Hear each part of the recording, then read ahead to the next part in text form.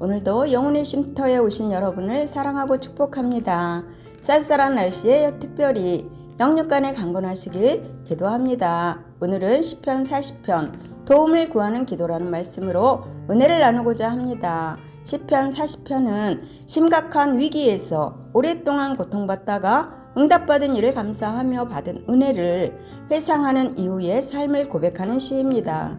이러한 시편 40편이 주는 교훈을 살펴보겠습니다. 첫 번째는 하나님께서는 우리에게 새 노래를 부르게 하셔요. 시인은 하나님이 새 노래를 자기의 입에 두셨다고 말합니다. 하나님의 말씀을 예언자의 입에 두시듯이 하나님은 새 노래를 시인의 입에 두셨다는 것입니다. 하나님은 우리들이 지금까지 한 번도 경험하지 못한 구원 사건을 통해 늘 새 마음으로 새 노래를 부르게 하십니다. 두 번째는 구원 이후의 삶에는 말씀을 실행하는 기쁨이 있어야 합니다. 시인은 구원 이후에 하나님이 원하시는 희생 제사나 예물이 아니라 하나님의 뜻대로 행하는 삶을 살았어요. 하나님의 말씀 속에서 자신에 관한 모든 것을 발견했고 그것을 마음에 품고 하나님의 뜻을 행하는 것을 기뻐했습니다. 이는 예수님이 당신의 생애를 통해 보여준 모습이기도 하죠. 히브리서 10장 5절로 10절은 주께서 세상에 임하실 때에 이르시되 하나님이 제사와 예물을 원하지 아니하시고 오직 나를 위하여 한 몸을 예비하셨도다. 번제와 속죄제는 기뻐하지 아니하시나니 이에 내가 말하기를 하나님이여 보시옵소서. 두리마리 책에 나를 가리켜 기록한 것과 같이 하나님의 뜻을 행하러 왔나이다 하셨느니라 라고 증거합니다. 세 번째는 구원받은 이후에는 복음을 전파해야 합니다. 시인은 하나님이 자기를 구원하신 일을 많은 사람에게 알렸어요. 하나님의 구원은 그분의 의로우심과 신실하심, 인자하심과 성실하심을 보여주는 사건이기 때문입니다. 시인은 이것을 많은 사람에게 기쁜 소식으로 전했어요. 하나님이 자신에게 베풀어 주신 구원의 감격과 기쁨을 노래하고 그것을 전하는 것이 복음을 전파하는 삶이에요. 시편 40편의 전반부에서는 기도를 하나님이 들으시는 분이라고 말하며 하나님의 뜻을 우리에게 들려주시는 분이라고 본문은 말합니다.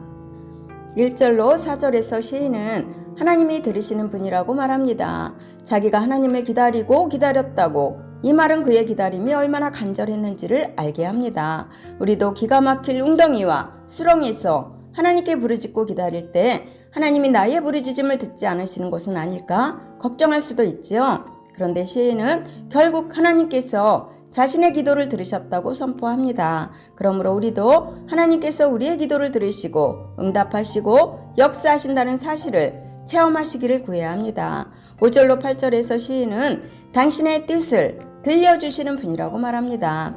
인간의 좁은 생각으로는 그것을 헤아릴 수조차 없지만 하나님은 당신의 뜻과 법을 당신의 백성들에게 들려주셔요. 그 말씀을 통해 우리는 하나님이 무엇을 기뻐하시며 무엇을 싫어하는지 알 수가 있습니다. 하나님이 이렇게 들려주시는 이유는 우리가 그분의 뜻과 법을 행하기를 원하시기 때문이에요. 그러므로 우리는 하나님의 뜻을 아는 일과 행하는 일을 감당하기로 결단하고 최선의 노력을 다해야 할 것입니다. 9절로 10절에서 시인은 하나님을 많은 사람 앞에서 선포한다고 말합니다. 하나님과 하나님의 의에 대한 기쁜 소식을 전하기 위해 자기의 입술을 닫지 않을 것이라고 선언하죠. 그리고 자신의 각오와 결심이 얼마나 굳고 진실한지 하나님도 아실 것이라고 확증하듯이 말하고 있어요. 또한 하나님의 의뿐 아니라 공의와 성실과 구원과 인자와 진리도 빼놓지 않고 감추지 않고 널리 선포할 것이라고 말합니다. 시인은 하나님이 어떤 분이신지 선포하는 것을 부끄러워하지 않습니다. 그런데 혹시 우리는 예수님이나 복음을 전하는 일을 부끄러워하지는 않았는지 돌아보아야 하겠습니다. 11절로 13절에서 구하는 것은 하나님의 긍휼과 인자와 진리와 은총이에요. 이렇게 시인은 자기에게 꼭 필요한 것을 자세하게 간구했습니다. 우리도 험한 이 세상에서 불신자들과 함께 살아가면서 우리를 둘러싸고 덮쳐오는 재앙과 죄악의 물결을 만날 때가 많습니다. 너무 당황하고 궁핍해서 뭐라고 기도해야 할지 모를 때에 이것들을 기억하시기 바랍니다. 우리에게는 하나님의 긍휼과 인자와 진리와 은총이 필요해요. 14절로 15절에서는 자기를 둘러싸고 덮치는 재앙과 죄악에 관련된 악인과 원수들에 대해 간구하고 있습니다. 자기를 죽이려고 하는 자, 원수들에게 수치와 낭패를 당하고 패배하여 물러가며 욕을 당하게 해달라고 기도합니다. 이러한 기도는 하나님을 믿는 우리에게 어울리지 않을 수도 있어요.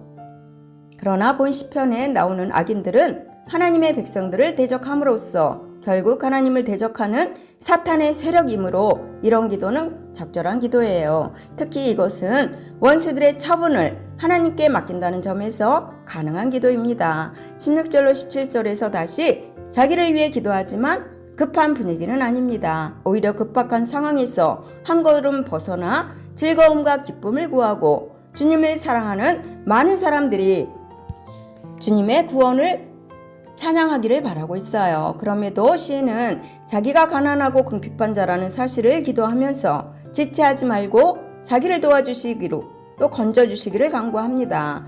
이러한 일은 기도의 능력이 얼마나 있는지 보여주는 일로 우리도 이런 기도의 능력을 경험하시기 바랍니다. 결론입니다. 인생에 찾아오는 시련과 어려움은 한 번으로 끝나지 않지요. 문제가 해결되었다 싶으면 또 다른 문제들이 찾아오는 것이 인생입니다. 이럴 때 우리는 스스로 극복하려고 애쓰기보다는 먼저 자신의 연약함을 인정하고 하나님에게 우리의 삶을 의탁해야 합니다. 영혼의 쉼터를 사랑하시는 여러분, 우리가 염려를 하나님께 맡기면 하나님은 우리 마음에 참된 평안을 허락해 주실 것입니다. 하나님을 온전히 의지하며 신뢰하시기 바랍니다. 오늘도 제가 기도하고 마치겠습니다. 기도하겠습니다. 여호와여, 주의 긍휼을 내게서 거두지 마시고 주의 인자와 진리로 나를 항상 보호하소서. 하나님, 오늘도 영혼의 쉼터를 사랑해 주시고 시편 40편의 말씀을 통하여 우리에게 응답하시는 하나님께 감사를 드립니다. 하나님 아버지, 우리의 염려를 하나님께 맡기오니 저희를 해하려고 하는 악한 세력들을 물리쳐 주시옵소서. 우리의 간절한 문제들을 주님께 아뢰 때 기도의 능력을 경험하게 하시고 가장 선한 길로 인도하여 주시옵소서. 즐거움과 기쁨으로 주님의 은혜를 찬양하는 저희들이 되길 원합니다. 새 노래로 하나님을 찬양하는 영혼의 쉼터 가족들 모두가 되길 소망하며 예수님의 이름으로 축복하며 기도하옵나이다. 아멘. 감사합니다.